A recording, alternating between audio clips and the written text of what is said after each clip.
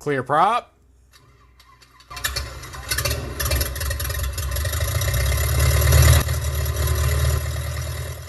All right, welcome to Terminal Talk Radio, episode 4. Today's episode, we want to get a little into the instrument rating and talk about a topic that probably a lot of you have encountered in terms of air prices and airfare costs and the different types of sources that you use to go ahead and find your tickets. To start off with the instrument rating, hopefully you've seen that on the website. It goes over the basic description and the requirements that you're going to need to get that rating. So this is going to be added on to your license and basically allows you to do a couple different things. At this point, you'll be able to fly with your instruments, meaning if you're in limited visibility situations or certain flights do require them. If you're flying over 18,000 feet. Or if you're on a scheduled service with an airline, they're going to always file the instrument flight plan.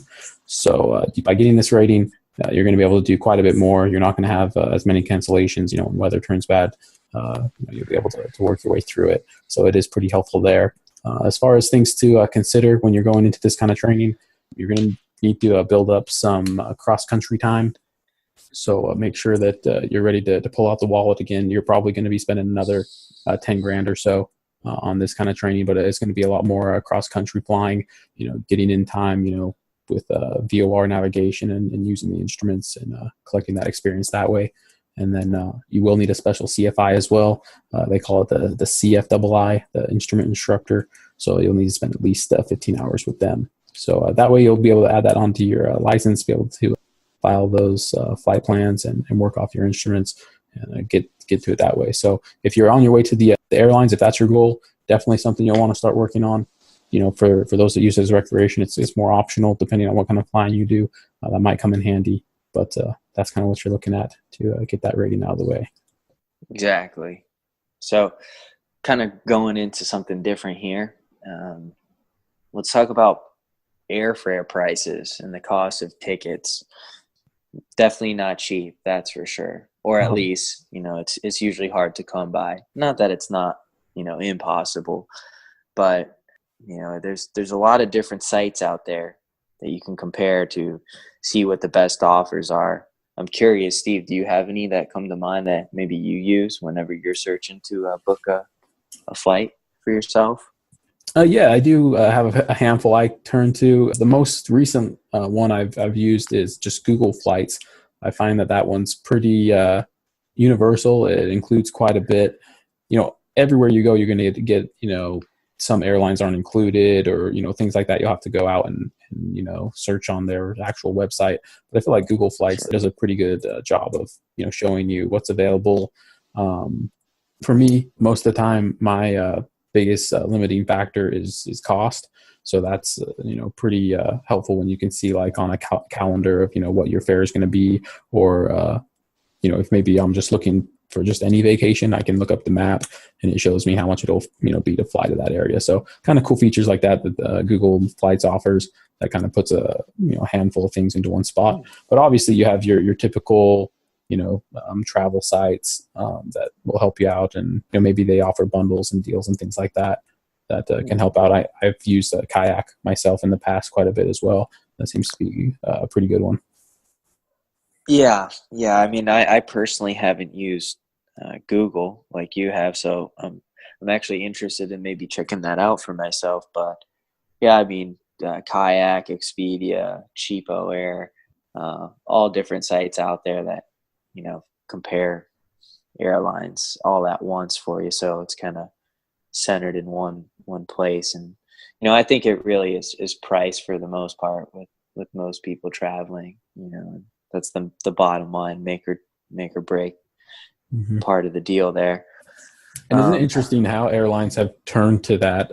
One thing I've noticed, as I'm searching for airfare, is how it seems like more and more the airlines are offering these economy rates or the basic fares where, some of the basics aren't included, like a carry-on bag, for example, or things like that, assigned seat, whatever it's kind of interesting how airlines are seeing that people are more driven by cost than the luxuries of flying, as Right. you might call them nowadays.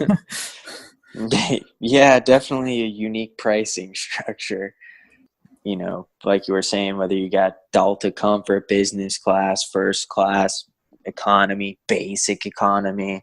I mean, I mean, probably shoot 5, 10 years ago, it just seemed like it was first class, business class, or economy. That's it. But you bring up a good point there with the pricing structures. It'll be interesting to see what they come out here in the future. Hopefully, you could get a lot more perks out of it, but we'll have to see. Which kind of leads me to another point here. So, kind of going back to those different websites that people use to compare different offers from different carriers. I've seen before a website that was out there where it would find you the cheapest flight, but what it was doing was running an algorithm that would then take you to your final destination would be a layover flight. This caused some drama in terms with the major airlines because they didn't like you basically not going to the destination or using the actual fare that you were supposed to be charged. Have you ever experienced this, Steve, personally? Yeah, so it's a pretty funny idea. So you're taking your flight from point A to point B, and a lot of times nowadays the airline is going to try to best utilize their fleet, and they'll connect you through point C. But what these types of flights do is they take you to point B, but that's actually your layover. So you're buying a ticket to somewhere else. You're ditching the last flight or the last leg, and Right. So saving the some money layover usually, right? layover becomes the final destination. Exactly, Exactly. exactly. And one thing that kind of comes to my mind when I'm thinking about this is what is the airline doing? Because I've noticed when I'm searching flights, sometimes I'll put in a certain date range, a certain destination, whatever, some kind of combination of things. And Right. it almost always seems like if I change my dates or my location just a little bit, I can get a lot better deal. So I wonder if maybe I should try this next time I'm looking for airfare. Maybe if I put in the date or the weekend after I want to go or a location nearby where I want to go, I'll be able to find exactly what I need for a cheaper price. But I just wondered Right. how that always kind of seems to play out like that. Like I wonder how or if maybe they are tracking what you want or versus their needs and trying to convince you to fly at maybe a less busy time for them and giving you the better deal or something like that, because it seems to happen like that quite a bit for me, where it would be more convenient to do that. Right. Yeah, it is interesting to see how the prices can change, so rapidly, kind of similar to the whole seating structure like we were just discussing.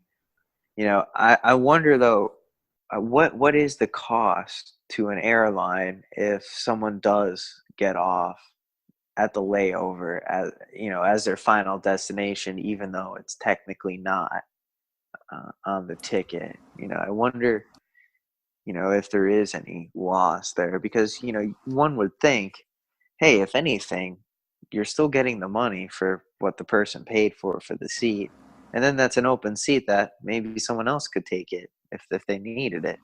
You know. Yeah, I mean, to be honest, there really doesn't seem to be much of a downside to the airline. At least I can't think of anything that would be a downside for them not going on to the final ticket destination.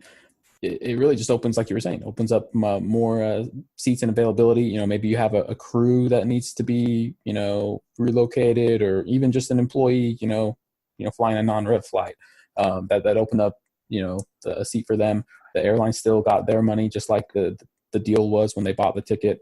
I really don't see why there's an issue, but I have heard plenty of stories of airlines going after people doing that.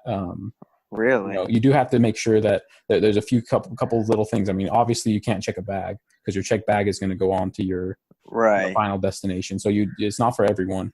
And then obviously you're bound on wherever the connections are. So I mean, if your flight doesn't have an option to go to where you're trying to go, then that wouldn't work for you either. But I mean, for those that it does work, it might be a way to save a buck and kind of work the system that way.